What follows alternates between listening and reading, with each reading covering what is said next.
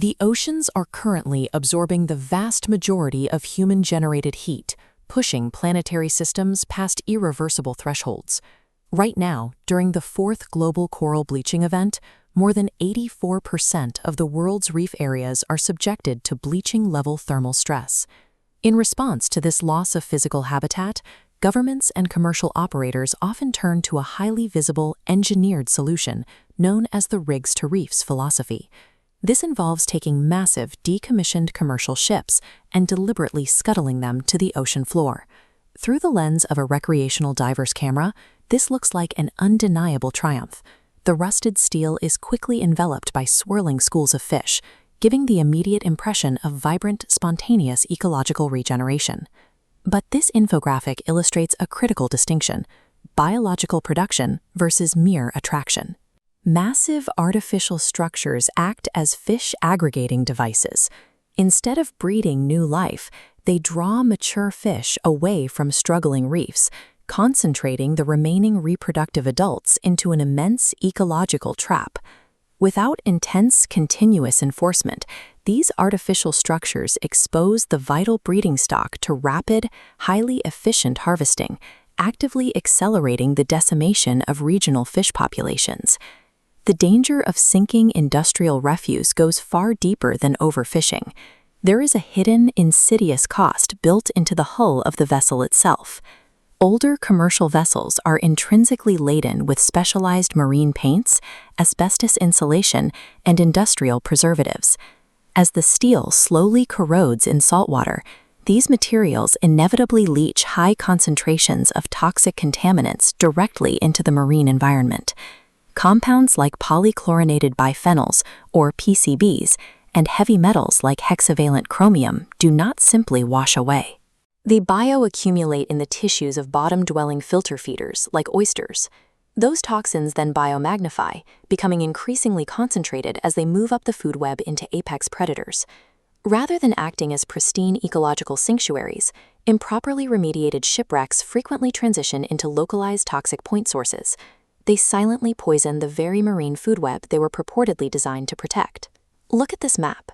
While the 2023 to 2025 thermal anomaly subjects the globe to severe heat stress in red, distinct pockets of green indicate a profound geographic anomaly. Approximately 40% of critically bleached reefs in the western Indian Ocean are exhibiting miraculous signs of recovery. This recovery is highly concentrated along the Kenyan coastline, and it is not a random biological fluke.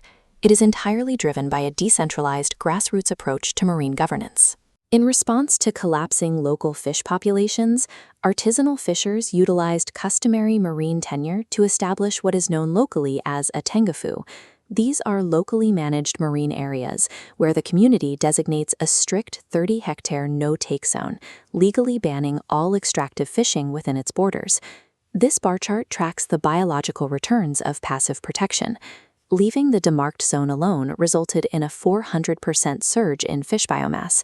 Once biological capacity is reached, mature fish migrate outward into legally fished waters, a restocking mechanism known as the spillover effect.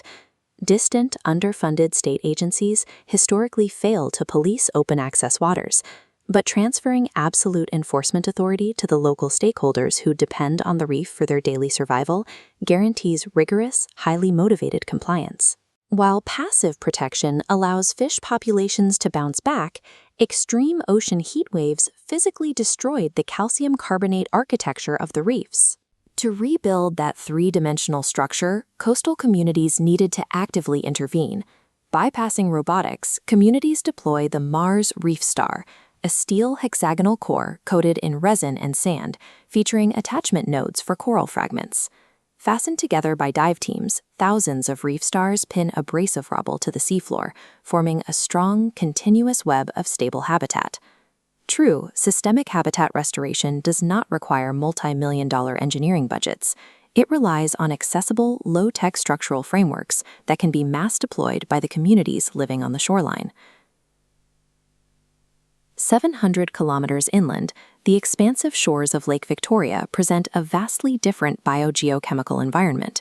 Yet this freshwater basin suffers from the exact same systemic vulnerabilities. The historical introduction of the predatory Nile perch devastated the lake's delicate trophic structure, leading to the extinction of hundreds of endemic haplochromine cichlid species.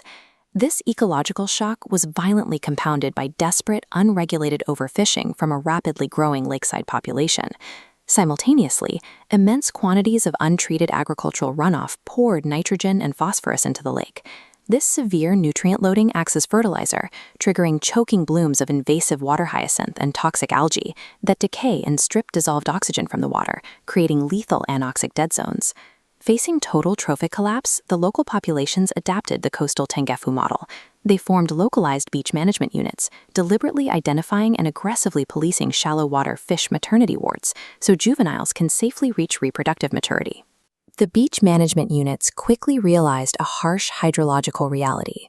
Enforcing rules in the water is futile if the surrounding land continues to hemorrhage raw sediment and agricultural toxins into the lake. To starve the massive hyacinth blooms of their nutrient fuel, communities mobilized a massive terrestrial remediation effort. They planted over 850,000 trees across riparian buffer zones, using complex root systems to naturally filter agrochemicals before they ever reach the shoreline. This infographic outlines the integrated population, health, and environment framework. Historically, high disease burdens forced communities into short-term extraction to survive. By delivering 118,000 contraception visits and stabilizing maternal health, the project drastically reduced immediate economic desperation at the household level. When families are no longer fighting for day-to-day survival, they gain the economic and social bandwidth necessary for long-term stewardship. Stabilizing human health is the prerequisite that allows these communities to successfully invest in the conservation of their ecosystem. Scuttling decommissioned toxic ships into the ocean provides a visual spectacle for commercial operators, but often aggregates a dying population into a high-risk ecological trap. Conversely, when local fishers build nurseries, plant riparian buffers, and patrol their own waters, entire regional basins recover. The empirical data points to a concept called physiological bandwidth. By strictly mitigating local anthropogenic stressors, like destructive fishing gear and toxic agricultural runoff, aquatic habitats retain enough biological strength to survive extreme planetary-scale threats like global marine heat waves. Real systemic restoration requires protecting the reproductive baseline. When shoreline communities are granted sovereign legal authority and simple technology, they become the primary architects of their own recovery, dismantling the local pressures that cause ecosystems to fail.